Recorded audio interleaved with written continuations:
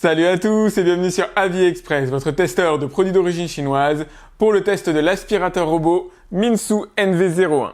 Alors Minsu, c'est une marque que je connais absolument pas, je découvre totalement, probablement comme vous d'ailleurs, et pourtant ils ont réussi à positionner un aspirateur robot dans un créneau tarifaire extrêmement bas avec des technologies embarquées carrément étonnantes puisque l'aspirateur robot dispose d'une application, c'est extrêmement rare à ce genre de tarification, il est aussi capable de s'interfacer avec Google Home et Alexa, là c'est carrément totalement inédit, il a une navigation méthodique et à part dans le AlphaWise M1, j'ai jamais vu ça ailleurs dans ce genre de prix, bref, il a pas mal d'avantages. C'est parti pour le test. Alors, comme d'habitude, on va se faire le déballage traditionnel et en accéléré pour que ce soit plus pratique pour vous.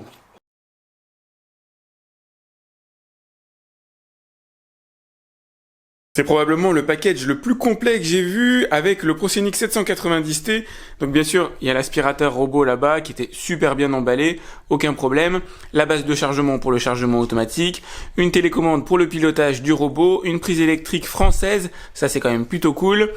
4 brossettes rotatives de rechange, 2 serpillères dont une de rechange et ici celle adossée hop au petit bac, petit réservoir à eau assez classique. Le filtre HEPA pour les particules fines, les poussières et les allergènes, une petite brosse pour nettoyer le filtre, et là, la chose la plus originale, la plus étonnante, ce qu'on a dans le ProSonic 790T mais qu'on n'a jamais ailleurs, un deuxième système d'aspiration, donc une petite bouche ici, dont je vous parlerai un petit peu plus tard, qui viendra compléter, hop, le système d'aspiration qui a là, la partie rotative au centre. Alors là, je vais vous présenter le robot de Minsu un peu plus en détail. On va commencer par l'avant. Ici, vous avez le petit appendice qui va servir à retrouver la base de chargement. Ça ne sert qu'à ça, il n'y a pas de caméra intégrée. Là, vous avez le bouton qui va lui permettre de revenir à sa base, se charger. Si jamais vous êtes chez vous, vous n'avez pas la télécommande sous la main, vous voulez tout simplement qu'il arrête de bosser, c'est pratique. Là, c'est le démarrage ou la mise en pause automatique. Et ici, c'est le nettoyage, alors le lavage des sols. Donc vous allez pouvoir utiliser celui-là ou celui-là, sachant que si vous appuyez ici, il arrêtera d'aspirer. Donc perso, finalement, moi, j'utilise que ce bouton-là. Comme ça, il va les laver et aspirer en même temps. C'est très pratique, c'est comme ça que c'est le mieux. Là, vous avez la trappe du bac à poussière, donc une trappe en métal. C'est assez rare pour le signaler d'ailleurs. Ici, vous avez le bac à poussière. Alors, je l'ai déjà utilisé, donc c'est un petit peu normal qu'il soit sale. Donc, vous avez ici bac 350 ml. Donc, c'est correct en contenance. Il faudra le changer, à mon avis, tous les 3-4 jours, 4 jours à peu près, pensez à le vider. Ici, petit joint d'étanchéité, ça c'est plutôt cool aussi pour garder la puissance d'aspiration.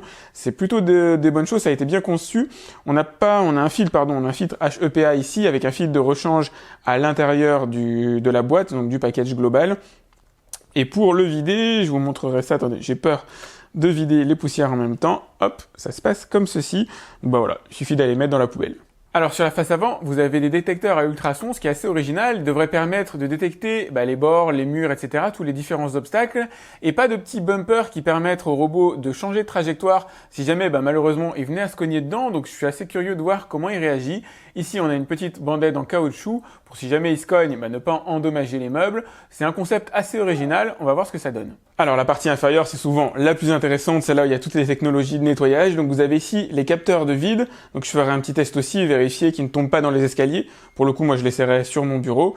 Ici vous avez la roulette omnidirectionnelle, les roues avec un débattement d'environ 1,5 cm, donc ça va marcher sur par exemple des seuils de porte d'1,5 cm maximum. Normalement c'est correct, en général on n'a pas plus d'1,5 cm. Ici au centre vous avez bien sûr la brosse rotative, donc avec uniquement des poils. J'aurais bien aimé moi qu'il y ait une alternance poils et bandelette en caoutchouc. En général c'est une association qui marche plutôt bien. Là, vous avez une petite bandelette en caoutchouc qui va permettre de retenir les saletés. Donc ça aussi, c'est bien vu, cette petite jupe. En général, c'est plutôt bon signe. Là, vous avez les brosses rotatives. Avec ici, alors vous ne le voyez pas forcément, une micro-brosse rotative qui va éviter, en tout cas limiter, que les cheveux, notamment, viennent se prendre à l'intérieur. Donc de toute façon, vous pouvez le nettoyer si vous avez envie. Il suffit de tirer dessus pour le remettre. D'ailleurs, il arrivera comme ça quand vous l'installerez pour la première fois. Et la nouveauté, c'est que vous allez pouvoir changer la brosse ici. Donc bien sûr, vous pouvez la nettoyer, pour la sortir, c'est ultra simple. Mais vous allez pouvoir la remplacer par une bouche. La bouche, c'est top, notamment si vous avez des animaux, pour éviter que les poils viennent se prendre systématiquement ici dans la brosse et que vous ayez à la nettoyer constamment. Là, vous utilisez la petite bouche comme ceci. Hop. Et ça, franchement, c'est impeccable. C'est très rare à ce niveau de gamme. D'ailleurs, c'est très rare de manière générale d'avoir le choix entre une bouche et une brosse rotative. Alors voilà la télécommande qui est fournie avec l'aspirateur et croyez-moi c'est très pratique, notamment pour les enfants si vous voulez leur apprendre la propreté, et ben ça s'utilise comme une voiture télécommandée. Vous avez ici les petites flèches, vous allez pouvoir diriger le robot dans le sens où vous voulez. Je vous montrerai le fonctionnement après. Bien sûr là vous avez l'allumage, l'augmentation de la puissance d'aspiration, vous allez pouvoir enlever la voix en anglais si vous le souhaitez. Là vous avez le nettoyage automatique, là vous avez le nettoyage circulaire, donc il va décrire des cercles de plus en plus grands, tout ça je vais vous le montrer. Le retour à la base, la fonction spécialisée pour le nettoyage du sol sans aspirer, donc le lavage du sol. Ici, le réglage de l'heure et là, la programmation du moment où l'aspirateur va s'enclencher chaque jour. Encore une fois, je vous montrerai tout ça dans ma vidéo. Premier test tout simple ou pas, il est sur mon bureau, donc il y a 1 mètre de vide en dessous et l'objectif pour lui, ça va être de surtout pas tomber. Et l'objectif pour moi aussi, alors même si j'ai déjà effectué les tests, c'est pour ça qu'il n'est pas propre, ça a l'air d'aller. Ça va, il détecte bien les trous. Je vous rassure, si vous avez des escaliers, ça devrait passer sans problème.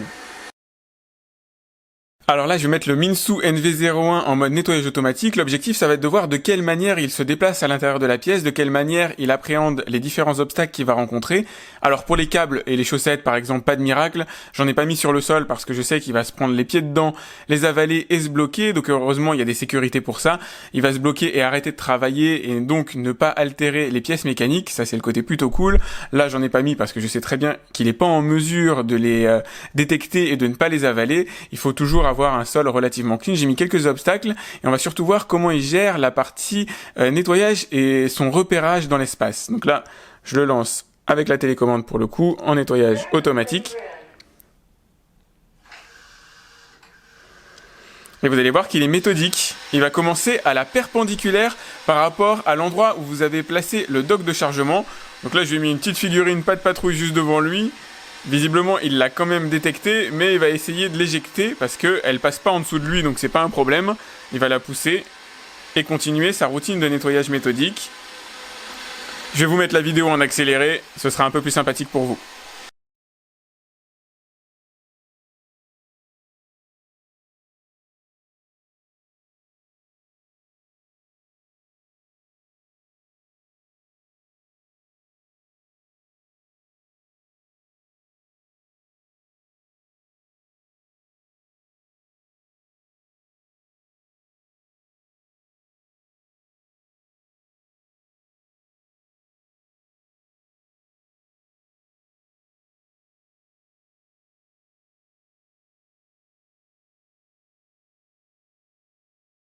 Alors vous avez vu, l'aspirateur robot a un nettoyage méthodique, donc il fait des va-et-vient comme ceci. Il est passé à peu près partout dans mon appartement, mais il a quand même une certaine vocation à être déménageur.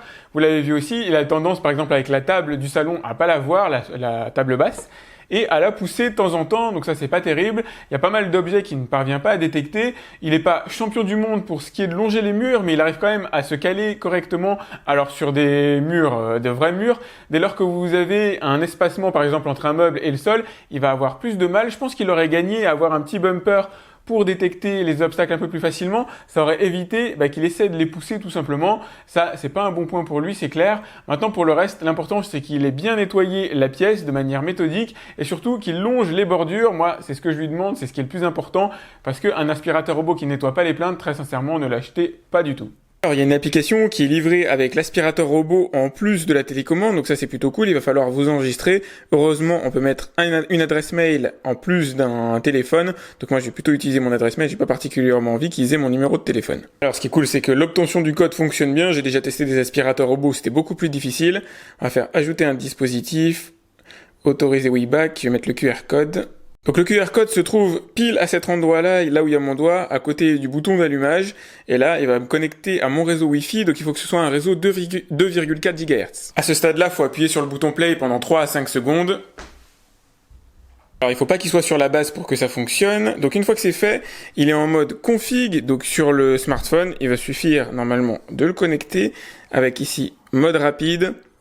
Et il devrait aller le détecter tout seul. Voilà, ça fait plaisir à lire. Configuration réussie. Super. Alors malheureusement, l'application n'apporte pas grand-chose par rapport à la télécommande. On a juste le nettoyage des bordures en plus qui est apparu, et puis la notion de puissance restante qui est peut-être un peu plus lisible que l'indicateur qu'on a sur le robot, mais à part ça, malheureusement, il n'y a rien de nouveau. Alors, petit côté sympa, normalement le robot est relié à Google Home ou Alexa, donc moi je suis sur Google Home, donc je suis ici, j'ai ajouté un nouveau périphérique, donc je suis dans gérer les comptes, je vais ajouter WeBack, et puis faire la config. Et maintenant je peux faire OK Google, start the robot. Ok, Google a démarré. Impeccable. Par contre, charge the robot fonctionne pas très bien. OK Google, charge the robot. Excusez-moi, je ne comprends pas. Voilà, Google comprend pas pour l'envoyer se recharger. OK Google, stop the robot. Voilà ce que je vais lui demander d'avaler. Donc ici j'ai écrit avis express au sol avec différents éléments qu'on peut retrouver, alors pas forcément toujours dans une maison, mais qui illustrent le type de particules qu'il va devoir avaler au quotidien. Donc j'ai mis du sel ici pour les particules les plus fines, là de la terre avec des morceaux plus ou moins gros, 1 cm de diamètre maximum. De toute façon, il ne peut pas aspirer plus que des morceaux d'1 cm de diamètre. Ici, le plus difficile, c'est le riz, des particules volatiles. Là, à mon avis, c'est assez compliqué pour lui à cause des petites brossettes rotatives qu'on a là qui ont tendance à disperser ces particules-là. Et après, on a du tout venant en termes de saleté, des résidus d'autres aspirateurs. Donc on a surtout des gros moutons de poussière, voilà, des petits stickers, des pétales de fleurs, un petit peu de tout. Bref, il a de quoi faire, je lui demande pas de tout ramasser, on va juste voir de quelle manière il se débrouille avec quel type de saleté. Pour ce test-là, je vais utiliser la télécommande, tout simplement pour éviter qu'il aille me nettoyer complètement le salon, qu'il se concentre vraiment sur les zones que je lui demande en face de moi. Voilà, vous voyez déjà, la partie sel, ça va, il s'en est quand même bien sorti. Je vais refaire faire un passage. Donc il a un peu tendance, assez naturellement, à éparpiller certaines choses.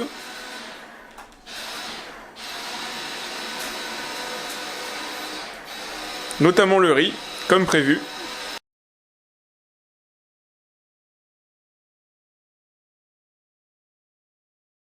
Alors comme vous avez pu le voir, techniquement ce qu'il y avait sur le sol n'a pas été un gros problème pour lui. La plupart des particules ont été ramassées assez facilement, y compris le sel. On peut voir quelques micro-résidus ici et là. Je vais essayer de vous éclaircir l'image. C'est très léger à voir. Par contre, il a tendance à éparpiller les saletés les plus volatiles qui se trouvent au sol. Donc il m'en a mis un petit peu partout en dehors de la zone de travail. Voilà, vous voyez, j'ai de la terre qui est apparue ici, alors qu'initialement elle était plutôt de ce côté-là. Je dois avoir quelques grains de riz aussi qui se trouvent à cet endroit-là. À part ça, il est tout à fait capable de nettoyer convenablement. Il a juste des brossettes rotatives qui tournent peut-être un petit peu vite par rapport à ce qu'elles auraient dû. Alors là, on va voir de quelle manière il appréhende le nettoyage des bordures. Donc ça se voit pas forcément, mais j'ai mis du sel à ce niveau-là pour matérialiser un petit peu à quelle distance du mur il va être en mesure de nettoyer correctement.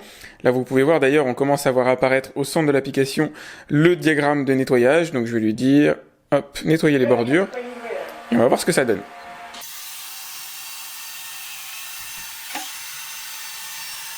Alors, ça a le mérite d'être clair, il nettoie à 3 cm de la bordure, vous pouvez le voir, la démarcation avec le sel est ultra nette, et il a tendance quand même à faire déborder un peu de sel, alors à mon avis il va repasser sur ces zones-là après, mais il a quand même eu tendance à en faire déborder ici un peu dans ces zones-là, et là pareil, le long de l'autre brosse rotative, on voit qu'il y en a qui se sont déposés, alors que moi j'en avais mis à peu près jusqu'à ce niveau-là.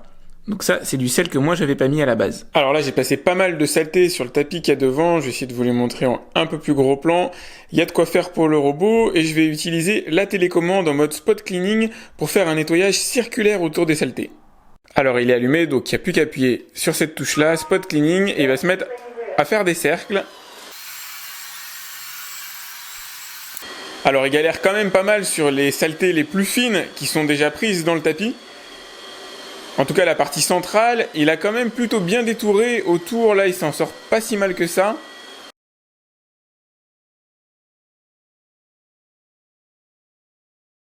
Alors, il n'est pas forcément doué pour se repérer dans l'espace parce qu'il est parti au centre du tapis et il est arrivé maintenant sur la gauche. Mais bon, c'est pas grave, c'est pas ce que je lui demandais.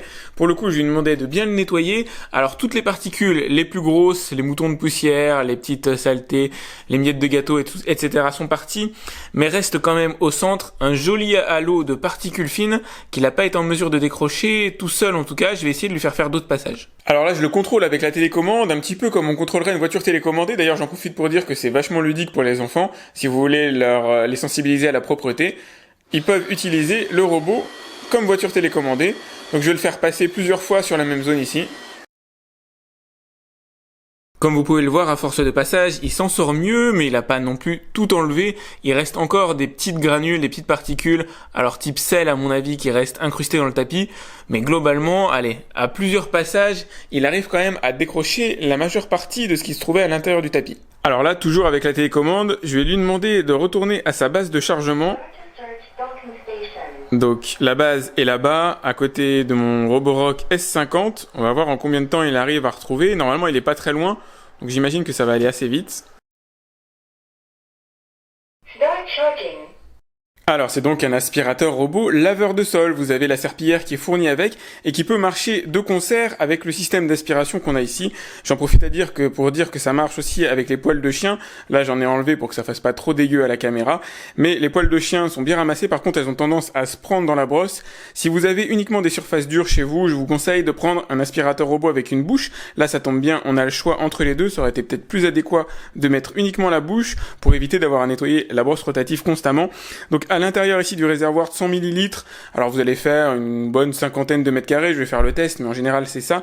Vous pouvez mettre du Monsieur Propre, du détergent pour assainir les sols, donc c'est rarement miraculeux, je vous rassure. C'est pas fait pour récurer les sols, c'est juste pour assainir, pour enlever la couche superficielle de petites particules qui peuvent traîner sur le sol. Mais voilà, ça va pas récurer une tache de confiture par exemple, sauf à force de nombreux passages. Donc pour le mettre, normalement, ça doit être assez simple si j'y arrive. Et voilà. Alors là j'ai mis le réservoir d'eau, je vais lancer un nettoyage automatique avec l'application et puis ça va nous permettre aussi de suivre le tracé du chemin du robot directement sur l'appli.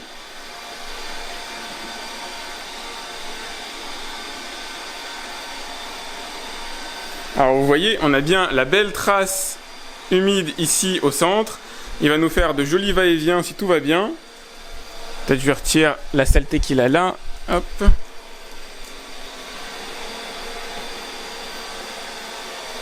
Alors j'ai rajouté de l'eau sur la serpillière pour son premier démarrage, pour que ça aille plus vite en matière de diffusion. Mais normalement, il devrait être en mesure de faire écouler l'eau directement sur la serpillière de manière assez contrôlée, assez modérée, pour ne pas avoir une grosse trace humide au sol. C'est pas très utile. Alors voilà, petit point d'étape, donc vous voyez bien que l'intégralité du salon a été clairement humidifiée, c'est le moins qu'on puisse dire. Donc là, il n'a pas encore dessiné réellement un contour de mon salon, ça commence sur l'application à se dessiner tout doucement. Je vous montrerai le résultat final. Bon alors voilà le résultat sur la serpillière. Alors il a quand même ramassé pas mal de choses. Il est allé visiter quasiment tout mon appartement et le réservoir tient grosso modo, c'est ça, 50 mètres carrés à peu près, avant de s'épuiser. Alors la cartographie malheureusement est tout sauf complète parce que il s'est pris les rotatives dans un sac tout simplement. Donc il a fallu le décoincer et dès lors qu'il s'arrête, même s'il se met sur pause et qu'il continue son nettoyage, la carte elle se remet à zéro, donc ça c'est un peu mal foutu. De toute façon, la carte, grosso modo, ressemble pas à grand chose, ça n'a rien à voir avec les applications d'aspirateurs robots qui ont des télémètres laser. Là on est vraiment sur la partie la plus basique, je suis pas certain que ce soit très utile en fait. Pour synthétiser, le Minsu NV01, je dirais qu'en termes d'aspiration, il est dans la moyenne de ce que peuvent produire des aspirateurs type iLife ou AlphaWise entre 120 et 200 €. Pas mieux, pas pire. Il a par contre pour lui la possibilité de choisir entre la rotative et l'aspiration directe au sol, ce qui peut être plutôt bien pour les poils de chien, donc ça c'est plutôt cool. Et c'est toujours sympa, on sait jamais comment va évoluer notre vie, donc avoir les deux systèmes d'aspiration ensemble, c'est déjà extrêmement rare, je l'ai vu uniquement dans le ProScenic 790T pour le coup.